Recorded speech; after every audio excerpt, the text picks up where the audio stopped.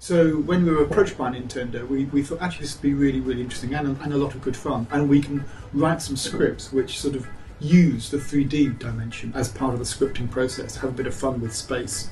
Our starting point has been we don't want the 3D to get in the way of telling a funny story, because that is essentially what people want out of Shaun the sheep. They want a little funny story that is engaging and humorous and looks great. 1 minute is a very interesting time because it's slightly longer than a joke, slightly longer than a sketch, but it's not a full big story, so it was quite hard to get the ideas to work within a minute. We've approached the 3D slightly differently insofar as framing shots, and we've been trying to frame this a little bit more almost like looking into a little box where the characters are almost already there, like a little old diorama or something that you would make yourself and look into. It's a broadcast production, but it's got feature film standards. I schedule out the shooting week and as far in advance as I can do with the shot cards, and I produce a weekly picture schedule on Monday, which is the reference of the target for every unit for that week and tells all the crew on the floor the shooting order and what's happening.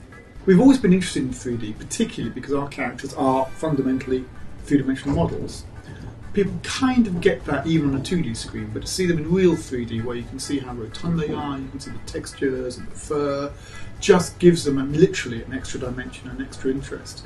It's been really interesting because the puppets have kind of remained the same, but kind of the level of detail being, from working with HD is a very similar kind of standard. So we're always conscious of kind of the dirt levels, keeping everything really clean. When you're dressing, you look to place things where the farmer would. So you have to get in the farmer's frame, and you put things down and where he would put them. You need to make them look like they've been there a long time, because it's a farmyard, and once it's put down, it's forgotten really. I'm quite pleased with this area. Shaun looks particularly good when it's in almost a puppet theatre style look. So you line right to the front, and then the characters are all staggered behind to give that puppet theatre look, which has worked quite well. And this is a really good example of kind of the bits and pieces that go to make up a puppet. And so the silicon's very good because it bends in a very nice way, very natural way, but doesn't deform when you actually move it, so you don't have to re-sculpt it all the time, which speeds up our animation. Whereas the clay on the head and sometimes on the hands just gives you a greater level of expression for your puppet. It shows Shaun and in a whole new light, so I was really excited to work on the project from the beginning.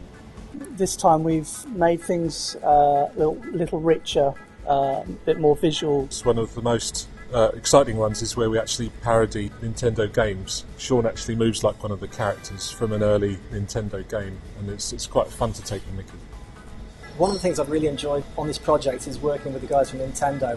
I feel that there's a lot in common with the creative ethos of Nintendo and what we attempt to achieve here at Aardman. Attention to detail and humour.